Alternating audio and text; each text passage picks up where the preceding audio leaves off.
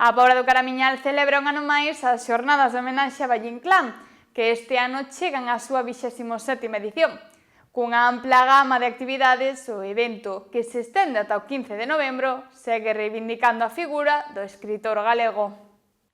A Pobra do Caramiñal xa está lista para vivir unha das citas culturais máis singulares do outono galego.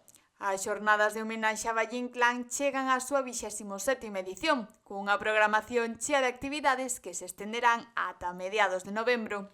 27 edicións destas xornadas, por lo tanto, son moitos anos, son un esforzo por parte do Concello e por parte, obviamente, dun dos museos valleinclaneros de referencia, que é este Museo da Pobra, deste Museo Valle Inclán, en organizar, como sempre, unhas xornadas que, pois, grosso modo, un mes, máis ou menos, neste caso, desde mediados de outubro ata mediados de novembro, que van ter ese día especial, o día 29 de outubro, que vai ser ese día da ofrenda floral, ese día do acto cívico, en fin, ese día onde un poquinho se pon foco especial sobre a figura deste autor tan importante da literatura galega e da literatura universal.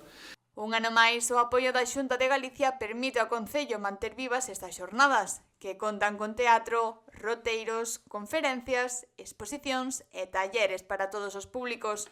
Son, como sempre, unhas xornadas con varias actividades e démoslle, pois ao mellor un aire diferente. Este ano incluímos bastante teatro de rúa porque, pois por tamén sacar un pouco a Valle Inclán á rúa, non? Porque sempre facíamos o teatro no Elma, pero tamén a xente nos demanda pois esas visitas teatralizadas, ir polas rúas. Eu creo que é bonito, aprendemos tamén moitas cousas, sobre todo tamén do noso pobo, e creo que van a ser moi ben aceptadas por a veciñanza.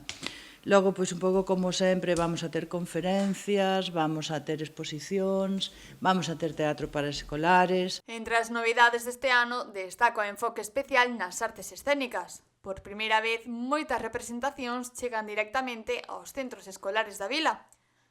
O sábado 18 de outubro, a profesora da USC, Miriam Elena Cortés, abrirá o programa cunha charla sobre Valle Inclán na arte galega.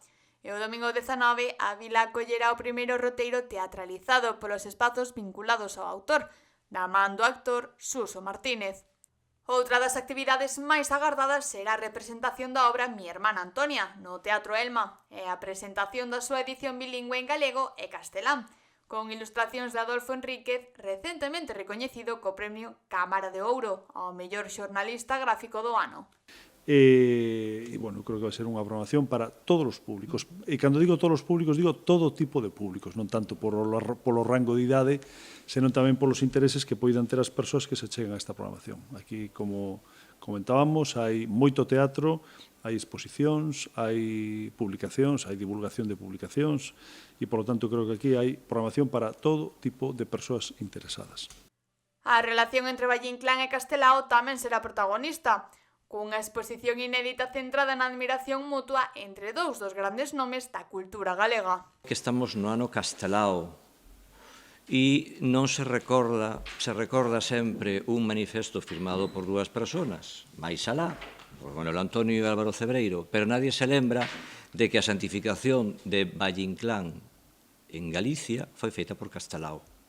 Entonces queríamos aproveitar esa relación que había de amistad e de admiración entre Valle e Alfonso. As xornadas rematarán o 15 de novembro cun happening literario polas rúas da Pobra. É un obradoiro de caligrafía artística inspirado nas letras e formas empregadas por Valle Inclán.